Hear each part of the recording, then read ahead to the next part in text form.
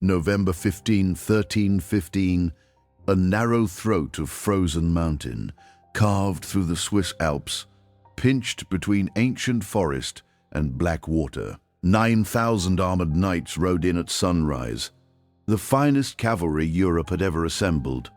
Men wrapped in steel that cost more than entire villages earned in a decade, men carrying bloodlines stretching back to Charlemagne.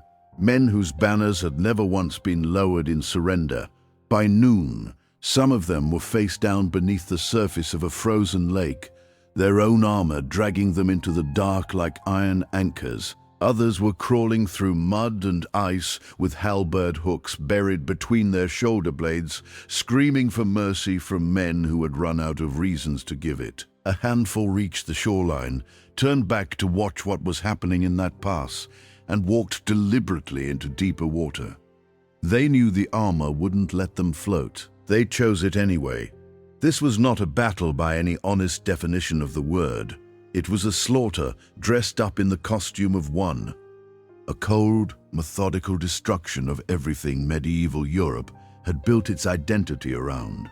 1,500 men who owned no land, held no titles, wore no armor, and answered to no lord didn't just defeat the Habsburgs that morning. They reached into the chest of feudal civilization and pulled out its beating heart. If you're new here, you're watching Crimson Archive, and what we cover is the history they quietly left out of your education. Make sure you like this video and subscribe before we go any further, because what happened in that mountain pass in 1315 is exactly the kind of story that those who write official histories have always preferred. You never heard. By 1314, the power structure of Europe had been running like a machine for so long that questioning it felt genuinely unnatural. Nobles owned the land because conquest and God's endorsement said they did. Knights enforced that ownership with weapons and training begun before most children learned to read. Peasants broke their bodies on the fields until there was nothing left to break. The church blessed all of it. The arrangement held because it had always held, and it would continue holding because no one beneath it had the organization or the steel to make it stop. Then there were the forest cantons, Uri, Schwyz, Unterwalden. 3 alpine communities tucked so deep into the mountains that farming was difficult and conquest was expensive. They had slipped outside the standard feudal arrangement, not through revolt, but through a combination of geography and legal accident. They were not serfs. They governed themselves through local assemblies where farmers and herders voted on matters that anywhere else would be decided by men in castles. They paid taxes directly to the Holy Roman Emperor, not to dukes, not to Habsburg intermediaries, not to anyone who believed their continued existence was a negotiating point. To the Habsburgs, this was not charming tradition. It was a crack in the foundation. A loophole that needed closing before anyone else noticed it was there. The St. Gotthard Pass cut straight through these territories, the critical artery connecting northern Europe to the wealth flowing out of Italy. Silk, spices, banking instruments, mercenary contracts, all of it moved through those mountains.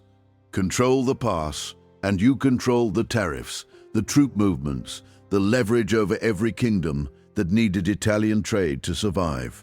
The Habsburgs wanted total ownership. The Swiss wanted to remain outside the transaction entirely. For years, this tension sat just below boiling. The Swiss tried every diplomatic channel available, formal petitions to imperial authority, legal arguments submitted through bureaucratic processes that moved with agonizing medieval slowness, attempts to coexist within a system that had never once considered coexistence a real option. None of it worked. The petitions were absorbed into silence. The legal arguments disappeared. Then, in 1314, men from Schwyz raided Einsiedeln Abbey, a wealthy Benedictine monastery sitting on productive land, its walls stacked with liturgical gold and stored grain, its authority backed by direct Habsburg protection. Monts were seized. Property was systematically stripped. Treasures vanished into the mountains where no Habsburg official would follow without an army behind him. This was not just a raid, it was a declaration written in the only language the Habsburgs would eventually understand. We do not recognize your authority here. We will not ask permission to exist. Come and try to enforce your claims and we will make you regret it. Duke Leopold I of Austria assembled his response with the confidence of a man who genuinely could not imagine the alternative. Thousands of knights from across Habsburg territories, men who had trained for war since they were children, men whose armor alone represented wealth most peasants would never accumulate across 3 lifetimes. Chroniclers who witnessed that army gathered described something closer to a procession than a military campaign. There was no expectation of actual resistance. These were farmers and herders. They would scatter at the sight of cavalry. They always did. History said so. The plan was the kind that Habsburg commanders had executed without difficulty many times before. March through Morgarten Pass in overwhelming force, crush whatever token resistance appeared, occupy the cantons, install administrators, restore feudal order. Make sure every community in the Alps understood that independence was something that could be given and take on by men in castles. What Leopold could not understand, what everything in his world had made it structurally impossible for him to understand, was that the Swiss had stopped writing petitions. They were preparing the mountain instead. Morgarten Pass was not a battlefield. It was a geographic trap waiting for someone arrogant enough to walk into it. A narrow corridor barely wide enough for a marching column, with a steep forested slope rising sharply on the eastern side, covered in loose rock and fallen timber and centuries of avalanche debris. On the western side, Lake Agri, cold and deep, its surface beginning to freeze in patches thin enough to hold nothing heavier than hope. Between the slope and the water, just enough space for horses and armor, and the absolute certainty that peasants would never dare attack professional soldiers in a place like this. That certainty was the architecture of the trap. The Habsburg column entered in dense formation, knights at the center surrounded by lighter cavalry and infantry, supply wagons following, banners moving above the tree line. The pace was slow and deliberate, the march of an army that believes the war ended before it began. Above them in the tree line, completely invisible, the Swiss had been waiting for hours, possibly days. This was not improvisation. It was engineering. They had spent weeks moving boulders the size of wine barrels, some larger, to carefully chosen positions along the slope, held in place by timber frames and rope. They had gathered heavy logs from trees that had stood for generations. They had calculated precisely where the column would be most compressed, most unable to turn, most committed to forward movement with no viable retreat. They had walked this terrain since childhood, and they knew exactly what it would do when you gave it permission to move. The column continued deeper into the pass. The corridor narrowed. Horses pressed together. The gap between riders closed until retreat would have required reversing the entire army in a confined space while under attack, which is to say, retreat became effectively impossible. The Swiss waited until the front was fully committed and the rear was fully enclosed. Then they cut the ropes. There was no announcement, no horns or drums or shouted warnings, just the crack of rope under tension, the groan of timber barriers giving way, and then a sound that built from nothing into something that swallowed every other sound in the world. Boulders the size of wine barrels entered the column from above, not falling straight but bouncing, accelerating, changing direction off outcroppings, becoming unpredictable projectiles that weighed hundreds of pounds and moved faster than horses could run. Logs followed them down, thick timber rolling end over end, sweeping away everything in their path with the indifference of physics. The column fractured instantly. Horses went down everywhere, legs shattered, riders thrown. Knights in full plate were struck from above, and knocked sideways directly into the lake. Some broke through the thin ice and were gone within seconds, armor pulling them under before they could process what was happening. Others tried to swim, hands clawing at water, but the math of steel and buoyancy doesn't negotiate. Cold water stops the heart faster than most people realize, and plate armor does not float. Then the Swiss came down the slope, not charging, not crashing through undergrowth in a frontal assault, moving fast and controlled through terrain they knew by feel, spreading through the fractured column like water finding cracks in stone. They carried halberds, a weapon with a spear point, an axe blade, and a hook behind it, not a noble's weapon, a tool designed for one specific purpose. The hook catches armor. The weight of the man plus the leverage of the pole does the pulling.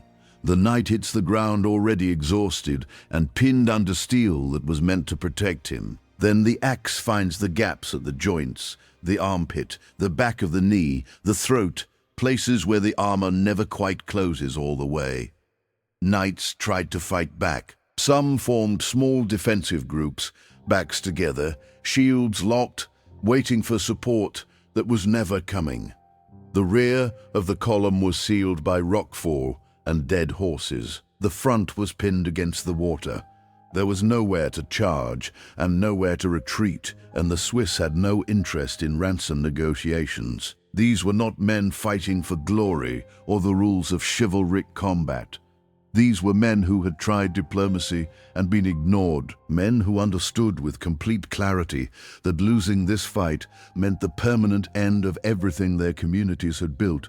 They fought accordingly, completely, without restraint. Chronicles written afterward struggle to find language for what happened in that pass. Knights in full armor, begging for quarter and receiving halberd strikes instead. Men in steel crawling toward the lake on their hands and knees, choosing the cold water over what was happening behind them with the hooks and axes. And that group at the shoreline, who looked back, understood what they were seeing, and walked forward into deeper water until the weight of their armor pulled them under. They chose it deliberately. Drowning was the better option. The fighting lasted less than 2 hours. Duke Leopold survived. He broke free early with a small mounted group and rode back to Habsburg territory alive. He ruled for another 11 years. He died in battle against the Swiss again at Sempach in 1386, another engagement, where peasant infantry destroyed noble cavalry, because apparently one execution in a mountain pass was not sufficient instruction. But Morgarten followed him from the moment he rode away from it, because surviving wasn't the problem. Explaining survival was the problem. How do you tell the rest of Europe that your professional army was dismantled by farmers? There is no language for it that preserves the hierarchy while honestly accounting for its failure. So the narratives fractured. Some blamed the terrain, some blamed the weather. A few reached for witchcraft or demonic intervention, though that raised uncomfortable questions about whose side God had apparently chosen. Almost none of the official accounts admitted the straightforward truth that the Swiss had prepared their battlefield with precision, had understood their tactical advantages clearly, and had executed a plan that turned every strength of noble cavalry into a fatal weakness. News traveled anyway. Not through formal diplomatic channels, which worked hard to minimize the scale of the disaster, but through merchants and mercenaries and servants who overheard conversations in noble houses. The reaction across Europe was not celebration. It was the particular quiet fear of people who have just seen something they cannot explain inside the framework they depend on. Because Morgarten had demonstrated something that the entire social architecture of feudal Europe required to be impossible. It demonstrated that peasants with basic weapons, good terrain knowledge, and genuine motivation could kill knights. Not through luck, not through divine accident, through planning and preparation and the decision to treat war as an engineering problem rather than a test of noble virtue. That was the part that spread through the social structure like cracks through ice. Not the tactical lesson, though. That spread too, but the psychological one. The suggestion that the hierarchy was not natural, not ordained, not staya, be by its own internal logic, but simply enforced, and enforcement has limits when the people being enforced against stop believing the enforcers are invincible. The Swiss formalized it immediately. Uri, Schwyz, and Unterwalden signed a mutual defense pact, the federal charter that became the foundation of Switzerland. More cantons joined, the Confederation grew. Swiss infantry became the most sought-after mercenaries in Europe, not because of individual skill or superior equipment, but because Morgarten had proven they would not break. Kings hired them. The Pope filled his personal guard with them. The Swiss Guard that still stands watch at the Vatican today carries a direct line of descent back to that morning in the pass. Armies across Europe adopted pike formations in imitation of Swiss tactics. Commanders learned to avoid engaging them when possible. At Crécy in 1346, English longbowmen used the same underlying logic, chose their terrain carefully, forced French cavalry to charge uphill through mud, killed from distance with massed fire. At Courtrai in 1302, technically before Morgarten, but the lesson took decades to fully circulate. Flemish urban militias used tight pike formations on muddy ground near streams to stop French cavalry cold and kill knights in the dirt with daggers through armor joints. Each of these battles confirmed the same principle. The system that had governed European warfare, and by extension European society for centuries, was not invincible. It was just winning. And once people understood the difference, once the stories of Morgarten and Courtrai and Crécy became common knowledge, the psychological foundation started giving way. Not overnight, feudalism persisted for centuries. Knights continued to dominate many engagements. The nobility adapted and retained power through adaptation. But the doubt Morgarten introduced never left. It worked its way through the structure of European civilization slowly and completely, the way water works through stone, not by force but by persistence, finding every crack and making it wider. Switzerland itself stood as the permanent proof, a confederation of farmers and townspeople in the middle of monarchical Europe, refusing to bend, fighting war after war against the Habsburgs across 2 centuries, building a republic and defending it successfully, a living argument against everything the feudal order required people to believe. The real casualty of Morgarten was never the Habsburg army. It was the idea that the army represented. The idea that some men are born to rule, that bloodlines and armor and years of expensive training make a man genuinely superior, that the hierarchy is natural rather than constructed, divinely ordained rather than violently maintained. 1,500 farmers with hooks and boulders and intimate knowledge of a mountain pass ended that idea. Not completely, not immediately, but permanently. They introduced a doubt that spread for centuries and never fully disappeared. And they did it before noon, on a November morning in 1315, in a narrow corridor between a frozen lake and a forested slope, against 9,000 men who rode in absolutely certain of how the day would end.